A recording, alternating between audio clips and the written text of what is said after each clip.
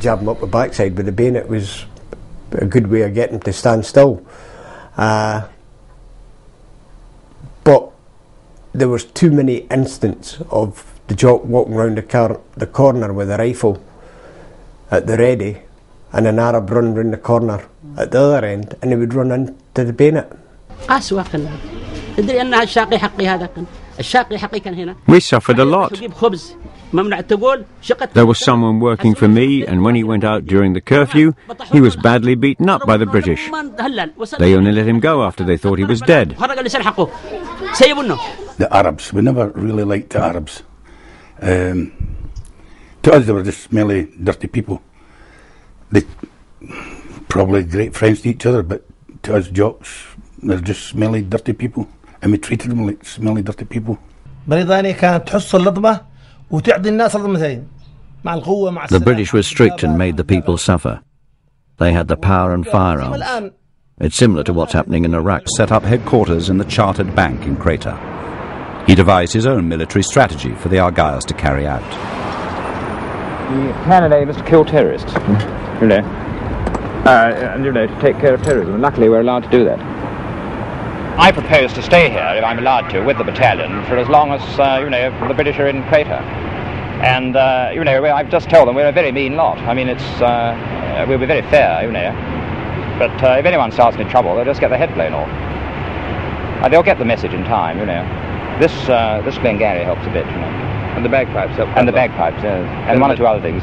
He was quite determined to dominate the situation. And previously, to shoot an Arab was not considered a very good thing to do.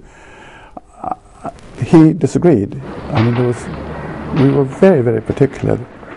There was no massacre or beastliness at all. It was very disciplined.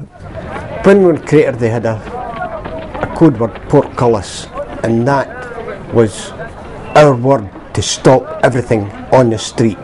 Cars, taxis, people in camels, people walking along the road, they had to stop and stand still. That way, if there was any guilty people, they'd be the only ones that would be running. So therefore, they'd be the target. We had a grenade incident. Portcullis come down in the area, and we started to search the area.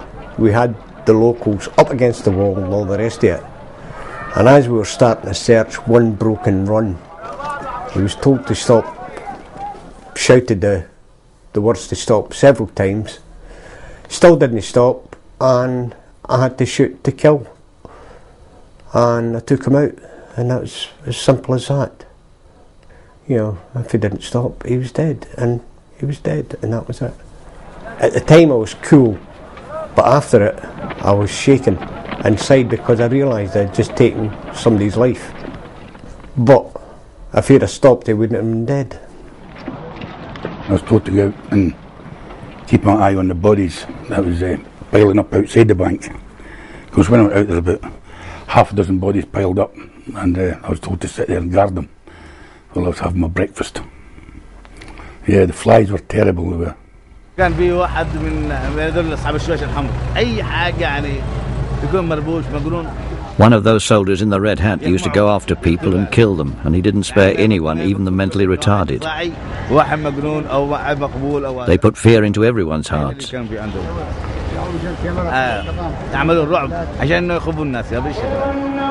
Mitchell extended his policy of shooting Arabs he considered a threat when he learned that nationalist guerrillas were attacking the British and retreating to the safe haven of mosques. He ordered Argyle units to monitor anyone suspicious looking who'd entered a mosque. You're full of anticipation. He was going to come out in a minute, or next minute, and you get tired with the heat. It was very, very hot there. So we're all waiting for this moment he was going to come out. And when he did, we got him. Religious leaders organised a petition protesting about the brutality of British troops. Mitchell's actions were worrying Middle East Command. Philip Tarr issued an order through Aden Brigade to tell us to throttle back, to play it less rough with the terrorists. I think the throttle back order showed a complete lack of understanding of what the real situation was and what we had achieved from the powers that be. If you find you've got a situation where you want to employ soldiers because you can't control it with policemen, then you must employ them as soldiers. You can't bring them in and expect them to perform like constables on the beat in the middle of London. Having admitted that it's a military problem, they must hand it over to the military to carry it out in their way.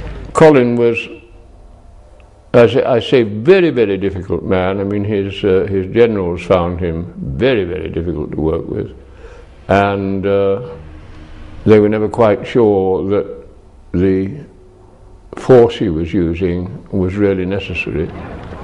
It was a mistake to go on killing people in Aden when we were about to leave.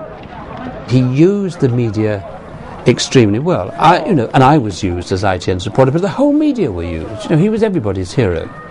And I think he was fully conscious of the idea that if he created the right media image, it would make it much harder for them to punish him. 45 command there. Mitchell also ordered suspected members of Arab nationalist groups to be brought in and questioned in the basement of his headquarters. Right through, the V shape at the top. I was in the Recce platoon. I was classed as one of the body snatchers. We were told, we were given information about the NLF and Flossie, I believe. We were given addresses where they lived. We went in there, took them out, brought them back to HQ Company, which was the Chartered Bank, handed them over there. When such suspects were being interrogated, I could hear the stick cracking the skull, the butt of the rifle cracking the chin. You could hear these things. You could hear the questions being asked in Arabic. I didn't know, I couldn't speak Arabic, so I didn't know what they were asking. You could hear the pleading of the Arabs. Another crack in the skull, another question and an answer. That's what I heard. Reports of abuse by the Argylls received scant attention. The Arabs have always got a raw deal in the mainstream British media, so there wasn't a lot of sympathy for them. And once you've massacred 8, 9, 10, 20 British soldiers, you cease to have sympathy with most of the press corps who want British heroes. So I don't think there was a predisposition on the part of many reporters to be all that concerned with what might have been the behaviour of British troops. There's a lot of things we cannot tell. Things that happen in Crater City that we cannot tell the outside world about. Why? I reckon half the battalion we get done for murder. They're still catching war criminals from the last war. And that was 70 years ago. We're only talking 30 years ago. I can't tell you anything. I can't say, I'm sorry, I can't say anything more about that.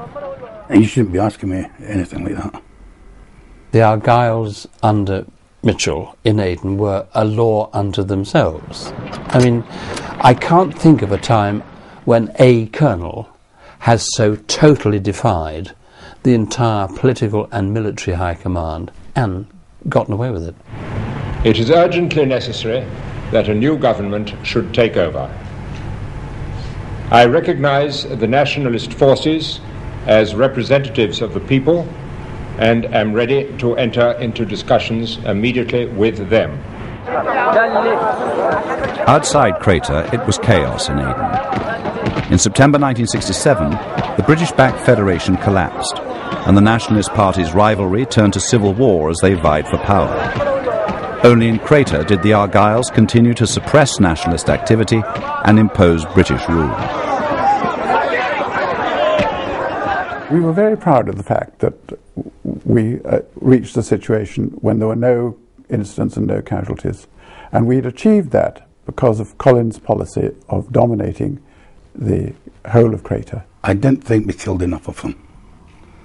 I think a lot of the NLF and a lot of Flossie kept their heads down and we couldn't find them. We didn't know who they were or where they were. But it would have been more satisfaction if we'd got more of them. If you'd been a soldier at the turn of the century, your objectives would have been much clearer, wouldn't they, than they are now? You mean I'd have been a nigger-bashing imperialist? Perhaps. I probably, yes. No, I believe that this is the national malaise, isn't it? I mean, nobody really knows what they're on at home, and we watch ourselves going from being a, first, second, third, and how far down rate power. And it's all mixed up with everything you read about, LSD and both sorts of LSD, and the lack of leadership, and the political aspects which one can't comment on as a soldier, but as a human being, as an individual, a British taxpayer, a private citizen too, in one sense, one feels about this. A lot of people feel terribly strongly about it. You do. I'm sure you do. In November, the British government told the Argylls to leave Crater to their enemy, the Arab nationalists they'd suppressed for the last 5 months.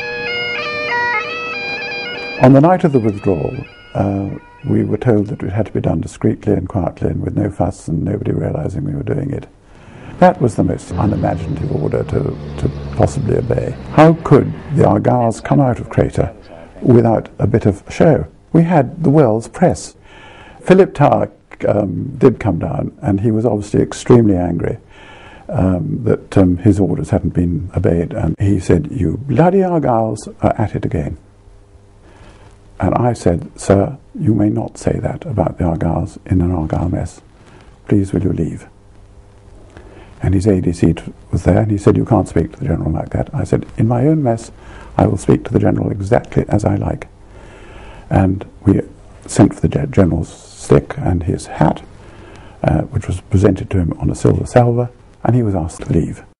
The next day, the High Commissioner took the farewell parade. After 128 years, Britain was pulling out for good. The job of keeping law and order was signed away to the former terrorists of the National Liberation Front. I always think that Richard Turnbull, who was next to the last governor, was very right when he said when the British Empire finally sinks beneath the waves of history, leave behind it only 2 memorials. One is the game of association football, and the other is the expression "fuck off." I felt sorry that they'd had to leave, but I knew perfectly well that they had to leave, and I think our last governor, Humphrey Trevelyan, was quite right to suggest that when we finally left, the military band should play "Things Ain't What They Used to Be," because that was so much the case. Imperialism was finished then, and people who've tried in various ways to restore it since have all come to grief.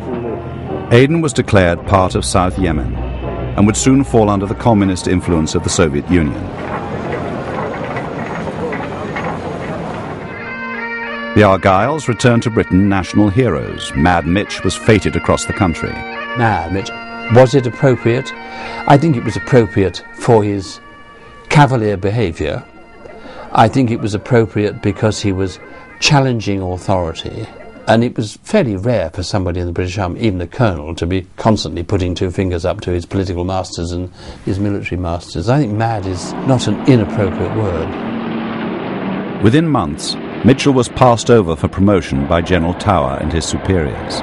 With his military ambitions thwarted, he resigned. And I mean, there's more poppycock and wet tripe talked about the methods that we use in aid than anything I've ever heard. A great many Arabs are alive today because we use these methods, and a great many Argylls are alive today because we use them. And this, to me, is the complete exoneration of anything, if we needed exonerating, which we don't. Never have. Never have.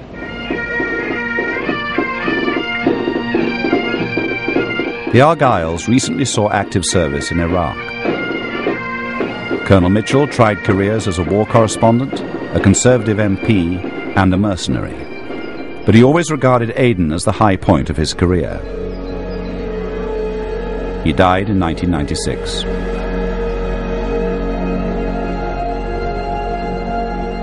For the British who served in Aden, the summer of 1967 had proved the most chaotic and humiliating chapter in the closing stages of empire.